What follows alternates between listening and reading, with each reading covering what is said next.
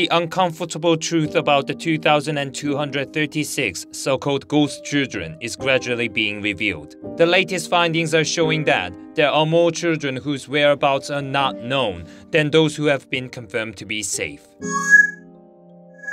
Hello, this is Il Young from Korea Now. In the wake of the Suwon double infanticide case, an investigation into babies who were born in hospitals but whose birth have not been properly filed, local authorities are finding more and more cases of foul play. A total of 4 cases of infanticide and abandonment of the body have already been confirmed so far, after the government started to screen all undocumented children from June 28 onwards. According to the National Investigation Headquarters of the National Police Agency, 209 suspected cases have been reported by local governments to law enforcement in connection to ghost infants. The police have so far tracked down 20, whereabouts of some 178 children are still under investigation, with 11 having been confirmed dead. Among these children, the Gyeonggi Southern Police Agency, which was in charge of the infanticide case involving the mother of 3, found 3 additional cases of child death and abandonment. These 3 involve a woman in her 20s who allegedly handed over her baby to 3 men and women whom she met on the internet within 8 days of her delivery, and a woman in her 50s who abandoned her baby after he died of Down syndrome in 2015. In addition, police said a woman in her 20s was arrested for leaving her baby unattended for several days after giving birth in Daejeon in 2019. Particularly in the last case, the suspect overturned her statement, making it hard for the police to determine whether the child is dead or not.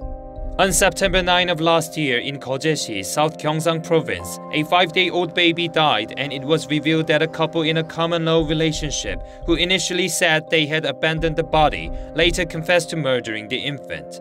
Originally, the couple claimed they had no choice but to abandon the baby in the hills because they had no money to cremate the remains when the baby died. However, in the course of the probe, the baby's biological father eventually admitted to strangling and killing his son and abandoning his body in a river. They allegedly committed the crime because they were also strapped financially like the suspect in the Suwon infanticide case.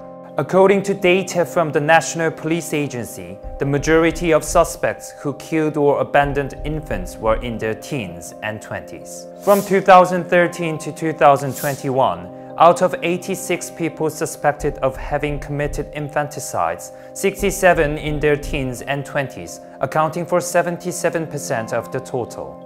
Among the 361 suspects who abandoned infants during the same period, 213 were in their teens and 20s, accounting for 59%. The reason for this result is that teenagers and 20-somethings often conceive unexpectedly and are economically and socially unprepared to raise kids.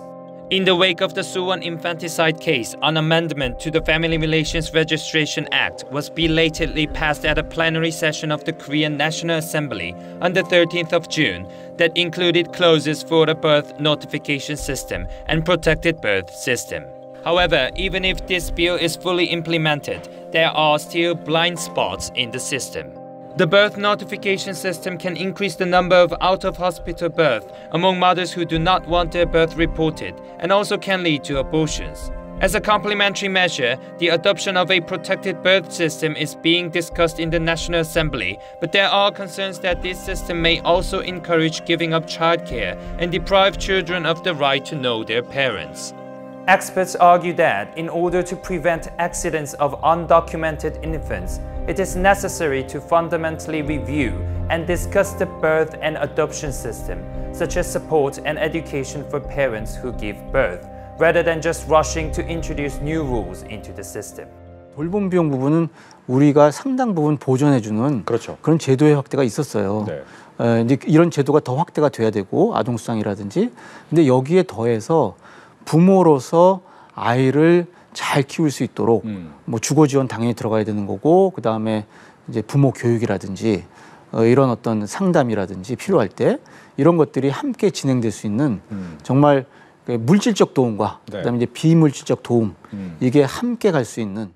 In addition, there are calls for the Korean government to consider introducing a birth registration system for foreign children and devise measures to handle unregistered foreign infants living in Korea.